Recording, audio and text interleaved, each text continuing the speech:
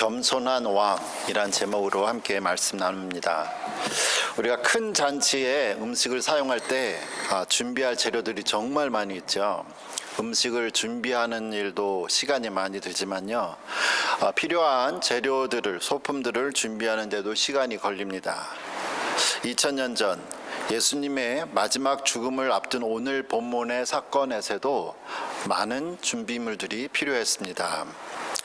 예수님은 전에도 예루살렘에 자주 들어가셨죠. 명절 때마다 또 가셨습니다. 또 가르치시기 위해서 또 가셨는데요, 오늘 예수님께서 예루살렘에 들어가신 사건은 이제 곧 이번 주 금요일에 예수님의 죽으시는 의미가 있는 사건입니다.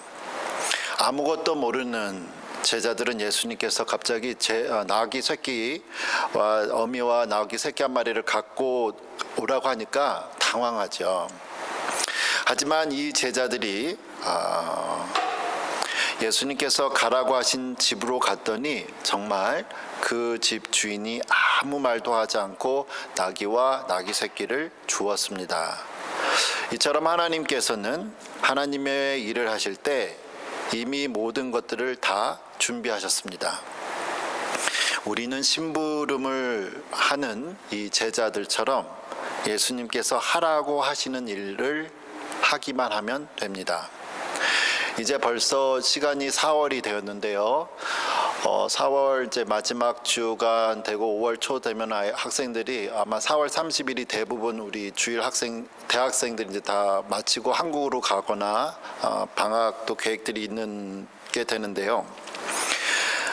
작년 8월에 대학생들이 신입생들이 갑자기 많이 와서 기존 학생들과 합해서 약 20명 정도 됐을 때 정말 기뻤습니다.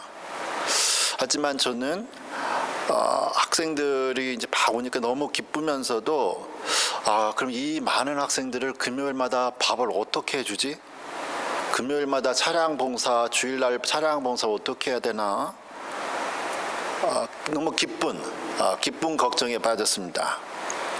감사하게도 우리 교회 성도분들이 학생들 식사비도 챙겨주시고 또 가정에서 또 교회에서 식사도 해주시고 또 금요일, 주일 차량 봉사도 해주셨지요.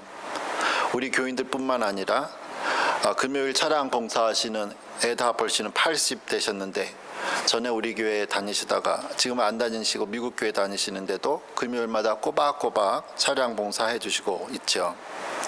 그래도 부족한 재원들, 식사비, 행사비에 대해서 제가 노회와 교회와 언약대회에 그랜트 신청했더니 노회, 대회 그리고 미국 교회에서 학생들 식사비 행사에 사용하도록 후원금을 주셨습니다. 지난 11월 노회 때 우리 교회 대학생 사역에 대해서 들었던 노회원 두 분이 점심 먹으러 나가는 저에게 따로 수표를 또 챙겨서 주셔서 학생들 고맙게 됐고요. 또 마음에 있는 한 교회는 우리가 차를 빌릴 때마다 15인용 빌릴 때마다 렌트비가 나가니까 그러지 말고 자기네 교회에 15인용 버스가 있으니까 무료로 가서 쓰라 해서 또 쓰고 있습니다. 또 다른 미국 두 교회는 올 8월에 약 20명 정도 우리 대학생들이 시더포인트 갈 때 본인 교회에서 입장료를 내준다고 그러죠. 20명 정도면 1,000불입니다. 아무도 모르는 교회에서 해주는 거예요 지금. 그 중에 한 교회는 학생들이 늦게까지 놀고 난 후에 밤에 그 교회에서 무료로 재워주고 아침에 식사도 해주겠다고 그래요. 대학생들 사역이 알려지니까 작년에 이어서 올해는 작년에 우리 교회 돕지 않았던 또 다른 한 교회가 돕겠다고 수표를 이미 보냈습니다. 올해도 아마 노회에서도 또 언약대회에서도 학생을 도울 건데요. 우리 교회에서 10분 거리에 우리 페어그린 처치, 시코와 라스키에 있는 그 같은 교회에서는 작년부터 우리 교회 청년부를 위해서 기도해 주고 있고 필요한 음식 재료들을 보내어 주기도 하고 있습니다. 제 아내가 매주 금요일 약 20명분의 식사 준비를 하니까 한국 분들, 우리 교인분들, 또 제 미국 친구 목사님들 도움에 와서 교회에서 또 자원봉사도 식사봉사도 해주고 있죠. 제가 지금은 사실 이렇게 쉽게 얘기하지만 작년 8월에는 정말 막막했습니다. 막막했어요. 저는 이렇게 학생들이 금요일 오후 4시 30분부터 와서 교회에서 찬양 연습하고 식사 후 또 예배와 모임 등으로 저녁 8시 30분까지 교회에서 웃고 소리내서 이야기하는 모습들이 정말 보기 좋고 힘이 납니다. 제가 학생들을 통해서 듣기로는 올 8월에 약 10명의 새로운 학생들이 또 오는데 그 중에 최소 6명은 우리 교회 청년부 학생들 친구라고 합니다. 이제는 청년부 학생들이 더 많아져도 작년엔 정말 아무것도 없었던 상황에서 학생들을 보내주신 하나님께서 필요한 것들을 이미 다 준비하신 것을 경험해서 그런지 몰라도 이번에는 야, 하나님이 도대체 무슨 일을 하시려는가 하고 더 흥분되고 기다려지게 됩니다. 저는 하나님께서 예수님께서 구약 성경의 예언에 따라 나귀 새끼를 타고 가시도록 모든 것을 준비하신 것처럼 여러분이 필요한 모든 것들을 이미 다 준비하셨다고 믿습니다. 고린도후서 12장 14절에서 하나님께서 하나님의 자녀들을 위해 모든 것을 준비하셨다고 말씀하시죠. 어린 아이가 부모를 위하여 재물을 저축하는 것이 아니요 부모가 어린 아이를 위하여 하느니라. 부모된 우리가 미국 교육 제도도 잘 몰라서 미국에서 자녀들을 어떻게 키울지 모르지만 하나님은 이미 다 준비하셨습니다. 특히 학생들의 경우는 내가 공부를 끝낼 수 있을까 하는 불안함도 없지 않아 있겠고 졸업 후 직장은 또 어떻게 해야 될지 몰라서 불안해하지만 불안해할 필요가 없습니다. 하나님께서 이미 모든 것을 다 준비하셨습니다. 경쟁이 심한 사회인데 은퇴 후가 걱정이 될 때도 있겠지만 하나님은 각 사람에게 맞는 것을 준비하셨습니다. 이제 우리에게 필요한 것은 제자들이 예수님의 말씀이 믿어지지 않았지만 심부름을 잘한 것처럼 하나님께서 하라고 하는 일을 믿기만 하면 됩니다. 우리 복음송에 있죠. 이런 노래가 있는데요. 하나님 한 번도 나를 실망시키지 않으시고 라는 복음송이 있습니다. 1, 2절 있는데요. 1절을 한번 같이 불렀으면 좋겠습니다. 2절은 제가 가사만 부르죠.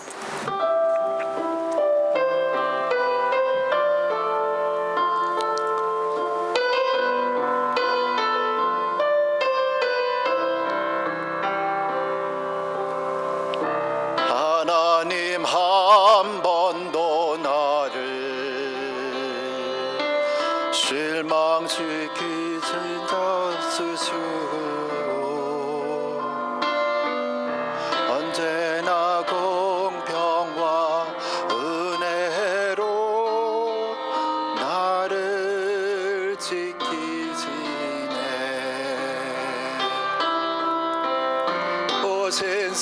오신실하신 주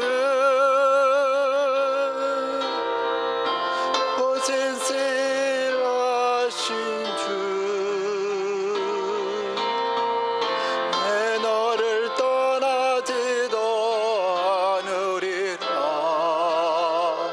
내 너를 바라지도 않으리라. 약속하셨던 주님 그 약속을 지키사 아무로도 영원토록 너를 지키시리라 확신하네. 2절은 그렇죠. 2절 가사는 지나온 모든 세월들 돌아보아도 그 어느 것 하나 주의 손길 안 미친 것 전혀 없네. 오 신실하신 주, 오 신실하신 주, 내 너를 떠나지도 않으리라, 내 너를 버리지도 않으리라 약속하셨던 주님, 그 약속을 지키사 이후로도 영원토록 나를 지키시리라 확신하네. 아멘. 자, 그런데 예수님께서는 많고 많은 짐승들 가운데 나귀 새끼를 가져오라 했단 말이에요. 왜 나귀 새끼를 가져오라고 하셨을까요? 그 이유가 오늘 본문 5절에 나타나 있습니다. 5절에 이렇죠. 시온 딸에게 이르기를 내 왕이 내게 임하나니 그는 겸손하여 나귀 곧 멍에 매는 짐승의 새끼를 탓도다 하라 하였느니라. 예수님께서 나귀 새끼를 찾으신 이유는 이미 구약의 이 스가랴 선지자가 예수님께서 오시기 전에 500년 전에 한 말을, 그 예언을 이루기 위함인데요. 그럼 왜 하필이면 나귀냐 이거예요. 나귀.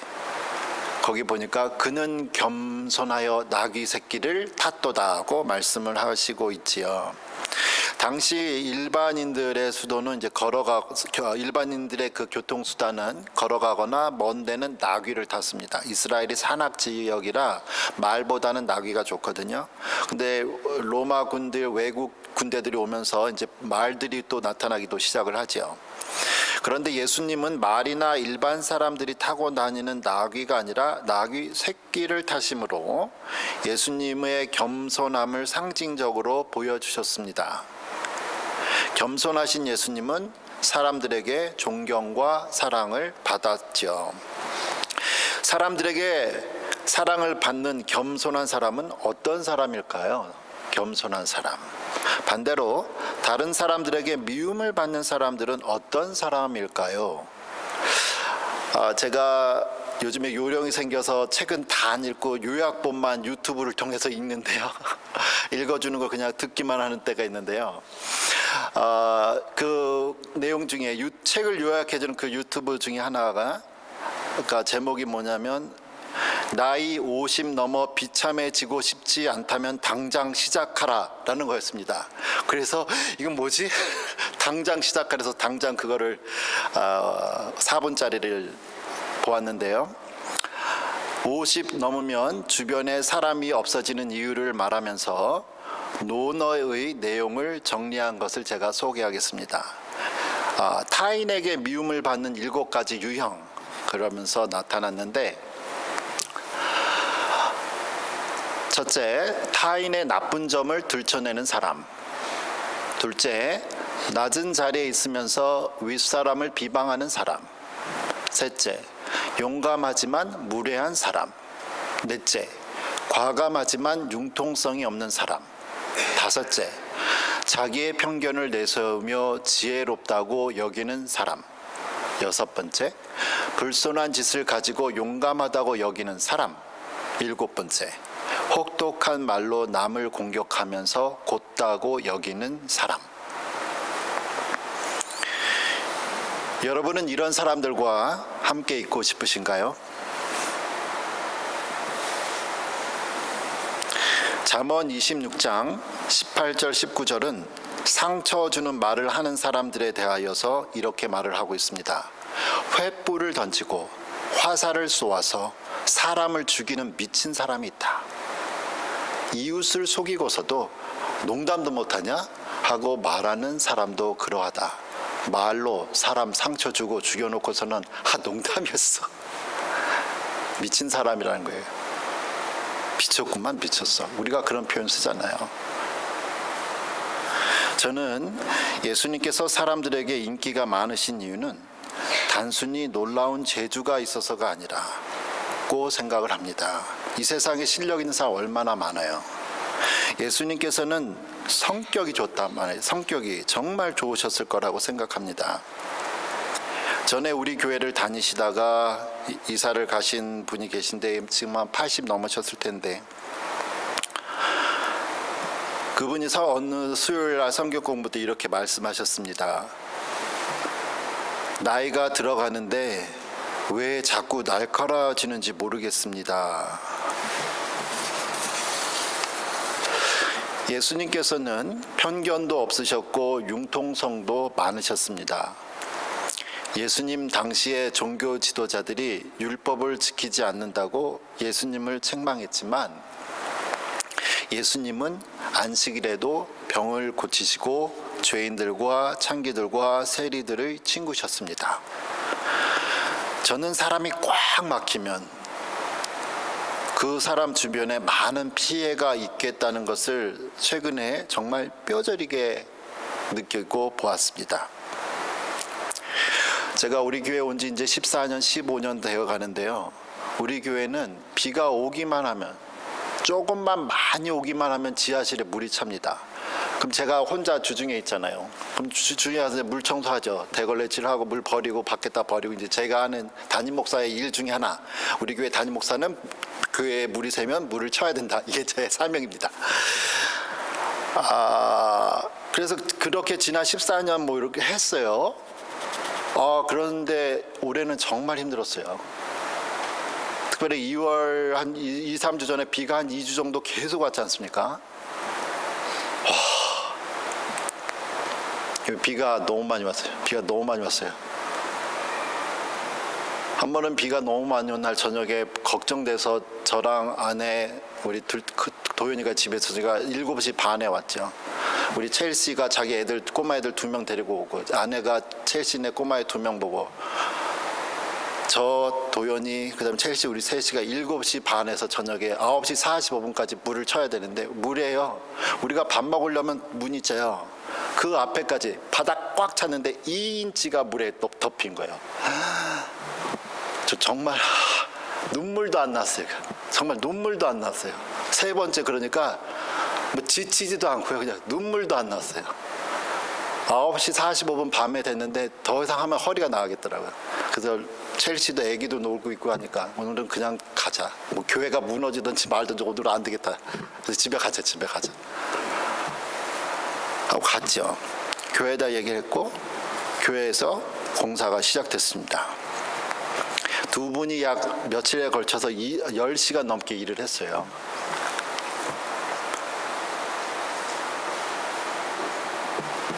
그런데 너무나 어처구니 없는 일을 발견했습니다.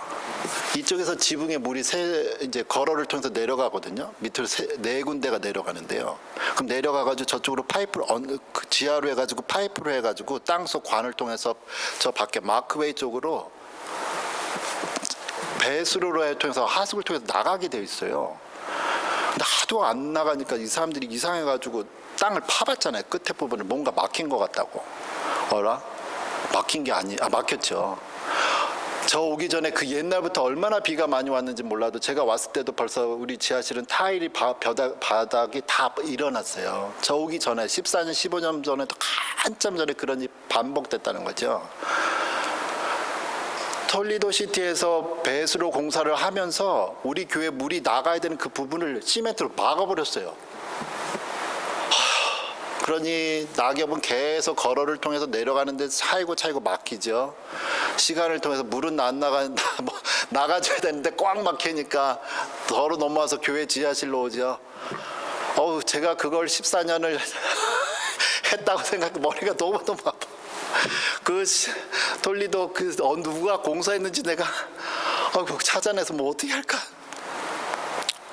그래서 지난 주일에 아저씨들이 그냥 쉽게 뚫었어요. 그리고 관 연결하고 땅을 덮었죠. 이번 주간에 지난 목요일, 금요일, 토요일 무서웠어요 정말. 근데 바짝 마른 거예요. 수십 년 동안 교회가 아무도 왜 생각을 못했을까? 땅 팔 생각을. 물이 새면 그냥 당연히 청소하는 생각만 했을까?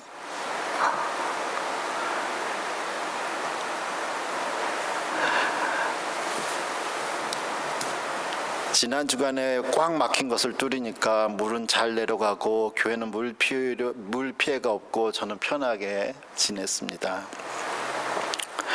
이렇게 예수님께서는 겸손하시고 융통성이 있으시니까 항상 사람들이 주변에 있으셨죠.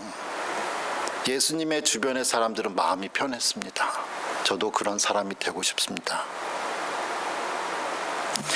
예수님께서 겸손하셨다는 것은 예수님께서 이 땅에 태어나셨을 때부터 잘 알려진 사실입니다. 예수님은 천지를 창조하신 하나님입니다.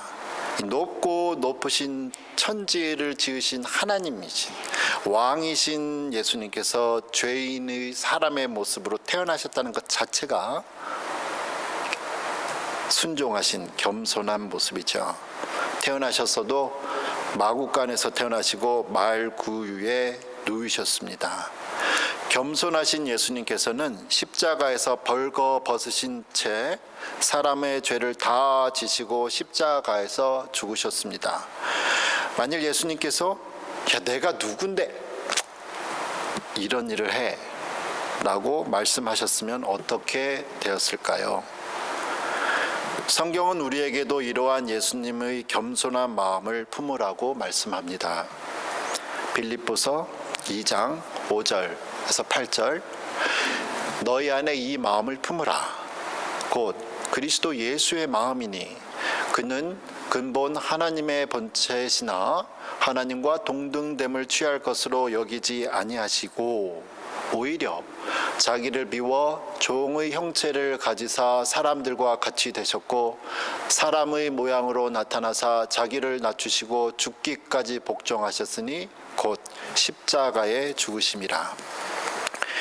예수님께서 이렇게 겸손한 모습을 보이시는 것은 예수님을 따르는 우리도 겸손하라고 말씀하시기 위함입니다. 보이시고 말만 하신 게 아니라 보이셨죠. 이번 주간은 고난 주간입니다. 이번 금요일은 특별히 예수님께서 십자가에서 죽으신 날을 기념하는 날입니다. 우리가 매일매일 예수님을 닮아가야겠지만 특별히 이번 한 주가 우리가 겸손하신 예수님을 깊이 묵상하고 배우는 가운데 이 세상이 겸손하신 예수님의 모습을 우리의 삶을 통해서 우리가 말하는 것을 통해서 보고 듣고 만나기를 기도합니다.